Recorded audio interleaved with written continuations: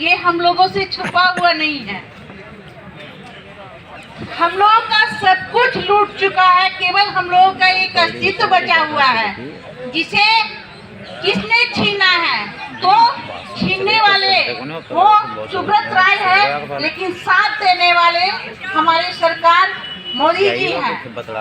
मोदी जी जो कहते हैं कि मैं गरीबों के साथ हूँ, वो केवल एक लॉलीपॉप दिखाकर चटवाकर फिर लॉलीपॉप अपने पास रख लेते हैं। जैसे उन्होंने कह दिया कि पोर्टल के माध्यम से पैसा मिल रहा है, जितने भी गरीब लोग हैं, जितने भी झुग्गी झोपड़ी वाले हैं, सबके दिमाग को उन्होंने बरगला दिया। आज जब भी उन लोग के पास उन लोग मिलने जाते हैं तो कहते हैं सरकार पैसा दे रही है, लेकिन सरकार अब तक पैसा नहीं दी है। वह एक मकड़ जाल बनाकर सबको उसमें फंसा दिए हैं। ये जो मोदी जी कहते हैं कि बेटी बचाओ और बेटी पढ़ाओ, लेकिन वो किस मुंह से बोले हैं ये कुछ समझ में नहीं आता है।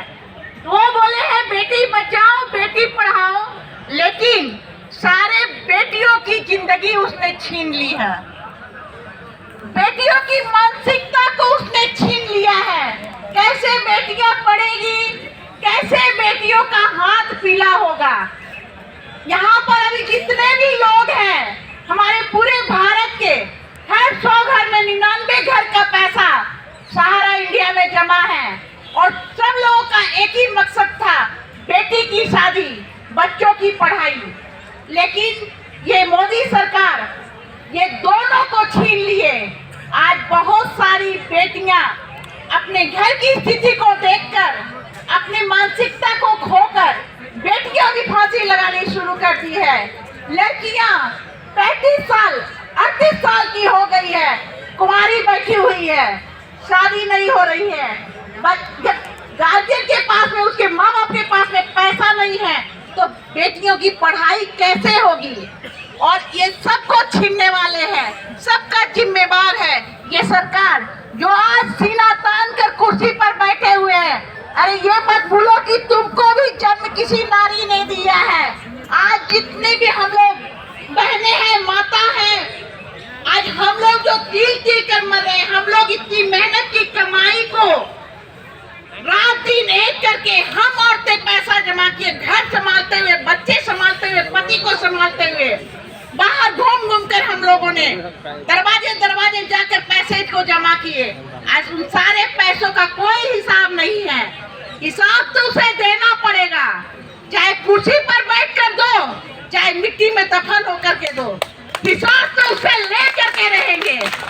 हम लोगों का श्राप है, हम लोगों ने श्राप दिया कि 24 में दफन करेंगे, तो उसको दफन करेंगे, कुर्सी से घसीट कर दफन करेंगे।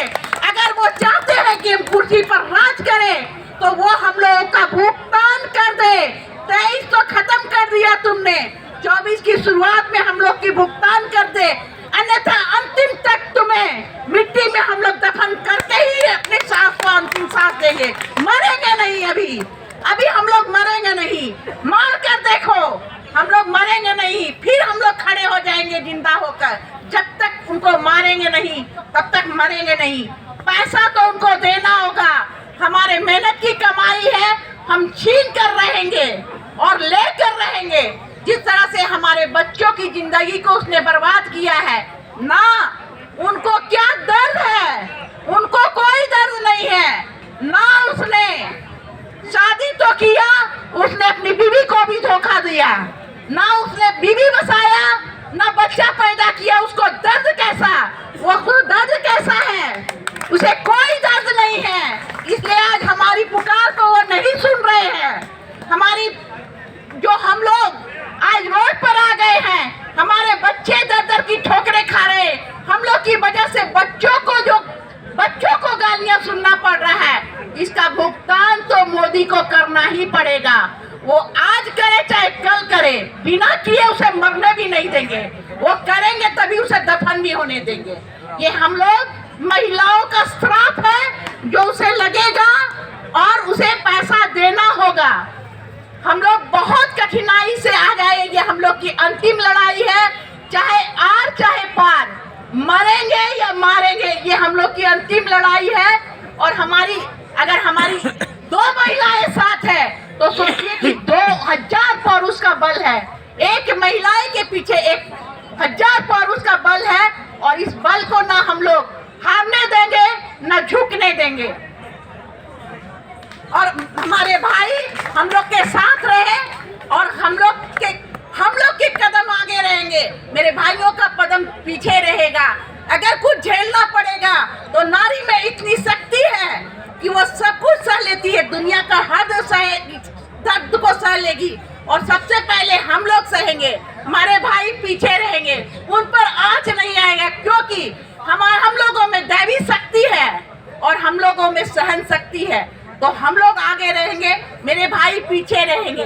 ना हम लोग को कुछ होगा, ना अपने भाइयों को कुछ होने देंगे, ये हम लोगों का वादा है। धन्यवाद।